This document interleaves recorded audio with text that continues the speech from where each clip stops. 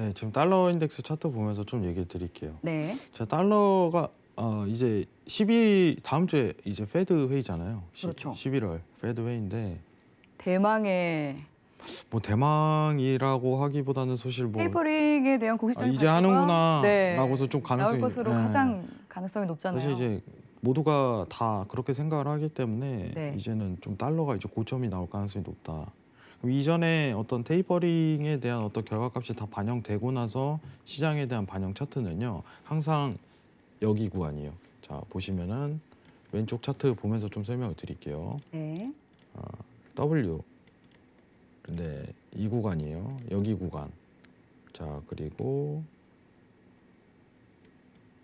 자, 증시가 반등이 왔었던 이 구간이에요. 오히려 이제는 이제 달러 강세에 대한 모멘텀이 확 꺾이는 구간이 나올 가능성이 높다는 거예요. 이 전 상황과 비교를 해봤을 때. 자, 왼쪽 네모칸이 미국 테이퍼링을 종료했을 때 시기.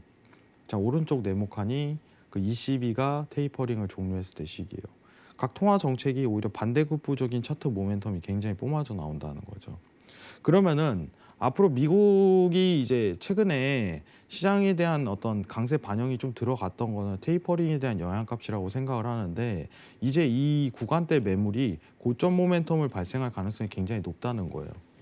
더 이상은 추가적으로 이제 달러에 대한 강세, 유로에 대한 매도를 좀 추구하기 굉장히 힘든 시기다라고 좀 설명을 드리고 싶어요. 자, 그러면은 여기서 제일 중요한 게 뭐냐면은, 여기서 만약에 이제 미국이 테이퍼링을 한다는 건 공식적으로 이제 모두가 알고 있을 거예요. 시장 심리가 다 이제 한다고 알고 있으니까. 뭐 내일 더 추가적으로 제가 얘기 드리겠지만은, 통화 정책은요, 급변하지 못해요. 이미 미리 재료를 탁탁탁 다 뿌려놔야 돼요. 이 정치랑은 달라요. 인프라 합의 이런 내용이랑은. 그거를 만약에 이제 중앙은행에서 선제적으로 어떤 알리거나 그런 행동을 안 한다면, 미국 중앙은행이 시장이 교란이 와요. 엄청이 난해해지는 시장이 오기 때문에 중앙은행에 대한 역할을 수행하지 못할 가능성이 굉장히 높아지기 때문에 이미 몇 개월 전부터 재료를 던져요. 이미 근데 테이퍼링은 재료가 다 던져진 상황이라고 평가를 합니다. 그럼 이제 중요한 게 뭐냐면, 앞으로 이제 달러 인덱스를 움직일 수 있는 시황은 무엇일까? 라고서 평가를 한다면 이제는 유로에 해당이 될 거예요. 왜냐? 유로는 아직 테이퍼링에 접어들지는 않잖아요. 그죠? 그래서 유로 통화 정책을 앞으로 집중해야 될 시기가 굉장히 없고요. 최근까지는 이제 6개월 동안은 미국에 대한 통화 정책을 굉장히 강조했지만은, 앞으로는 유로에 대한 통화 정책, 출구 전략을 언제쯤 들어갈 수 있을까로 시장 분위기가 바뀔 가능성이 굉장히 높습니다. 자, 화면 좀 넘길게요. 네. 자, 네. 그러면은 우리가 지금 좀 신경을 써야 되는 건 뭐냐면은, 네. 지금 유로에 대한 시장 상황이 어떻게 좀 흘러가는지가 굉장히 중요하다고 생각을 해요. 최근에 유로에서도 테이퍼링 얘기가 나왔었어요. 나왔죠. 왜 나왔냐? 물가가 너무 오르기 때문에. 자, 여기 보시면은 21년 하반기 유로존 소비자 물가 상승률이 3%를 상회하자 통화 정책 정상화 전망이 확대됐습니다. 올해 하반기예요. 7월 지나서 막 3%, 3.5% 치니까, 야, 너네 어떻게 테이퍼링 안 할 수 있어? 라는 얘기가 나오는 거죠. 상황이.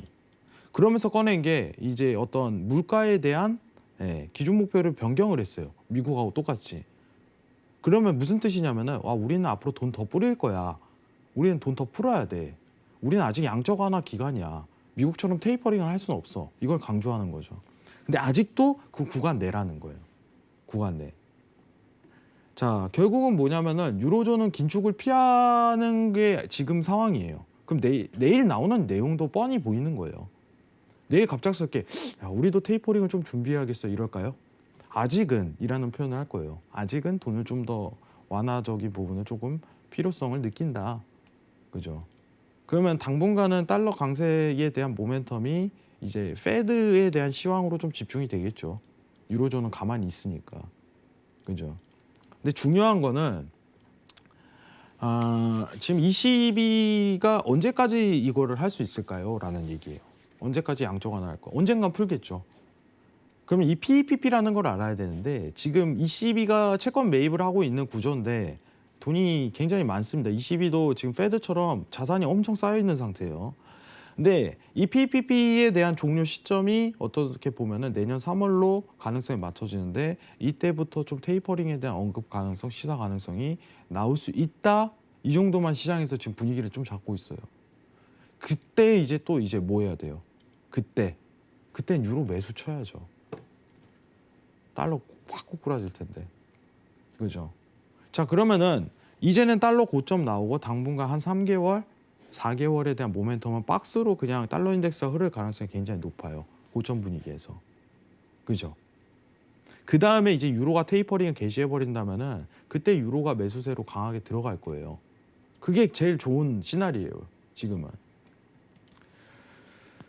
지금 22 위원들은요, 비두기파들이 많아가지고 지금 양적 완화 기조가 좀 더 추가적으로 유지될 가능성이 높다라고서 시장에서 평가하고 있습니다. 내일 뭐 크게 변하지는 않겠지만은 내일 중요한 회의는 되지는 않을 거예요.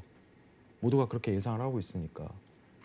사실 다음 주에 있을 페드 회의도 와 엄청난 이제 기대감, 시장에 대한 어떤 테이퍼링을 하는 건 이슈죠. 근데 갑작스럽게 뭐가 나올 수 있을까? 라는 반반에 대한 확률에 대해서는 아니라는 거예요. 이제 나오겠네. 이 정도 느낌. 그럼 어느 정도 규모를 하지? 이 정도. 집중을 하셔야 돼요. 이제. 자, 그럼 차트에 대한 가능성을 좀 시사를 해보도록 하겠습니다. 자, 지금 우리가 이제 달러 인덱스에 대한 흐름을 좀 봐야 되는데 네. 지금 나올 수 있는 이제 앞으로 일봉상 흐름대에 대한 가능성은요. 자, 제가 그냥 화살표로 좀 얘기를 드릴게요. 여기서 이제 박스 구간이 나와요. 잠시만요.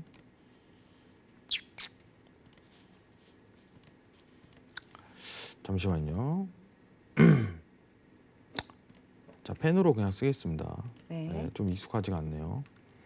자, 지금 여기서부터는 이제 어떤 모멘텀으로 나오냐면 박스 모멘텀으로 이제는 이제 계속 나오는 거예요. 몇 개월 동안. 그러다가 이제 ECB가 테이퍼링에 대해서 시장에 대한 어떤 가능성을 내비쳤을 때 어떻게 되겠어요? 달러 상승했듯이 이제 달러가 하락세로 또 들어가는 거예요. 반대 통화인 유로가 그때 테이퍼링 할 거니까. 근데 이 기점이 내년 3월이라 이거예요. 내년 3월. 자, 그럼 앞으로 이제 유로 관련해 갖고 통화 정책 회의에서는 굉장히 재미가 없겠네요. 유로화 거래 트레이딩 하는 데 있어서는 올해 말까지. 그죠? 보이죠? 여러분들. 통화 정책으로 보는 시장에 대한 움직임 변화 예측이에요. 그죠? 그러면은 달러 인덱스 관련해 갖고 상품 구조에서 좀 재미를 못 보겠네요. 라는 시사점이 나오죠. 당분간은 언제 또 즐길 수 있을까요? 유로에서 이제 테이퍼링에 대해서 이제 시장에 대한 어떤 가능성을 시사했을 때 땡큐 하면서 유로 이제 매수 들어가야죠. 이제는 이제 유로 매도가 아니라 매수네. 반대로 나오겠네. 반대 미국 때문에 달러가 상승했는데 이제는 유로 때문에 달러가 떨어질 거기 때문에 그럼 반대 통화 유로 매수를 포지션을 그때 들어가는 게 좀 나쁘지 않은 전략이 나오는 거죠.